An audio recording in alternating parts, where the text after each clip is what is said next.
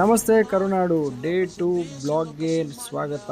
So ಇವತ್ತು 6:30ಗೆ ಎದ್ದು ತುಂಬ ಬೇಗನೆ ಆಚೆ ಹೋಗೋಣ ಅಂತ ಬಂದೆ. ಸೊ ನೋಡಿದ್ರೆ ಮಳೆ ಬಂದಿದೆ, ವಾತಾವರಣ ಅಂತೂ ತುಂಬ ಚೆನ್ನಾಗಿದೆ. ಸೊ ಹಾಗೆ ಮುಂದೆ ಬರ್ತಾ ನೋಡಿದೆ ರಾಕಿ ಬೀಚ್ ಜಿಮ್. ಸೊ ಅದನ್ನು ಪಾಸ್ ಆದೆ. ಯಾಕಂತ ಹೇಳಿದ್ರೆ ಇವತ್ತು ಸಂಡೇ ಯಾವುದೇ ರೀತಿ ವರ್ಕೌಟ್ ಮಾಡಲ್ಲ, ಯಾಕಂದರೆ ಇವತ್ತು ರೆಸ್ಟ್ ಡೇ.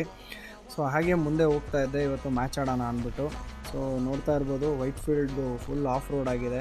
ಸೊ ವೈಟ್ ಫೀಲ್ಡಲ್ಲಿ ರೆಗ್ಯುಲರ್ ಆಗಿ ಕ್ರಿಕೆಟ್ ಆಡೋವಂಥ ಗ್ರೌಂಡು. ಸೊ ದಸರಾ ಪ್ರಯುಕ್ತ, ಜಾತ್ರೆ ಪ್ರಯುಕ್ತ ಏನು ಮಾಡಿದ್ದಾರೆ ಅಂತ ನೋಡಿ. ಹೆಂಗಿದೆ ಅಂದರೆ ನಮ್ಮ ಪರಿಸ್ಥಿತಿ ಇವಾಗ ನೋಡ್ತಾ ಇದ್ರೆ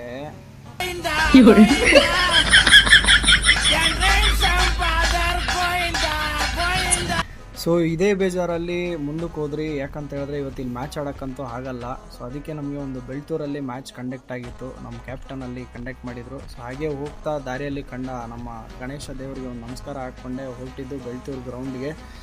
ಗ್ರೌಂಡ್ ಪರಿಸ್ಥಿತಿ ನೋಡ್ತಾ ಇರಬೇಕು, ಫುಲ್ ಅಧ್ವಾನ ಆಗಿದೆ. ಮಳೆ ಬಂದು ನೀರು ನಿಂತು ಕಂಪ್ಲೀಟಾಗಿ ಪಿಚ್ ಒದ್ದೆ ಆಗಿದೆ. ಸೊ ಅದು ಮುಗಿಸ್ಕೊಂಡು 2 ಮ್ಯಾಚ್ನ ಮುಗಿಸ್ಕೊಂಡು ನಾವು ಹೊರಟಿದ್ದೆ ಮನೆಗೆ. ಇವತ್ತಿನ ಕತೆ ಅಷ್ಟೇ.